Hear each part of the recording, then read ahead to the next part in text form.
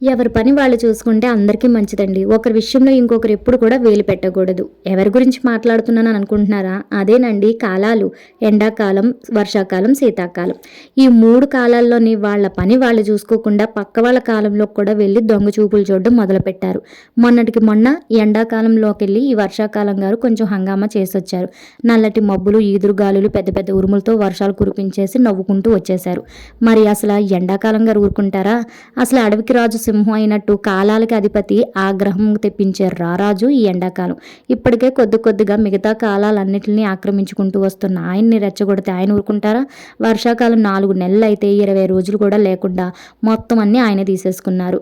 Hero villain కొట్టుకొని comedian చంపేసినట్టు ఈ వర్షాకాలం గారు ఆ ఎండాకాలాన్ని ఏమీ చేయలేక ఈ శీతాకాలం మీద పడ్డారు. పాపం శీతాకాలం ఉన్నది 4 నెలలు అయితే పట్టుమని 20 రోజులు ఏదో డిసెంబర్లోని అలాగో వణుకుతూ వణుకుతూ మనల్ని వణికిస్తూ ఉంటుంటే, కానీ ఈ వర్షాకాలం గారు ఏకంగా మనతో పాటు ఈ శీతాకాలాన్ని కూడా వణికిచ్చేస్తున్నారండి. అయ్యా వర్షాకాలం గారు, మీరు చాలా గ్రేట్ అండి. నిజంగా మీరంటూ లేకపోతే ఈ భూమి మీద ఏ జీవి ఉండదు, పంటలు కూడా సరిగ్గా పండవు. కానీ మీరు సకాలంలో మీరు రావాల్సిన టైంలో వస్తేనే మంచిదండి. ఇలా రాకుండా టైంలో వస్తే మా ఆరోగ్యాలే కాదు పంటలు కూడా పాడైపోతున్నాయండి. మేము బాగుండాలా? పైగా పండుగ చూస్తే పట్టుమని 20 రోజులు కూడా లేదు. ఇంటికి పెయింట్లు వేయించాలా, కడిగి ముగ్గులే పెట్టుకోవాలా, షాపింగ్లే చేసుకోవాలా. పండక్కి మా పుట్టింటికి కూడా వెళ్ళాలి కదండి. అందుకని దయతలిచి మీరు కూడా మాతో పాటు సంక్రాంతి సెలవుల కింద శీతాకాలం సెలవులు తీసుకొని అలా హాయిగా వెళ్ళిరండి.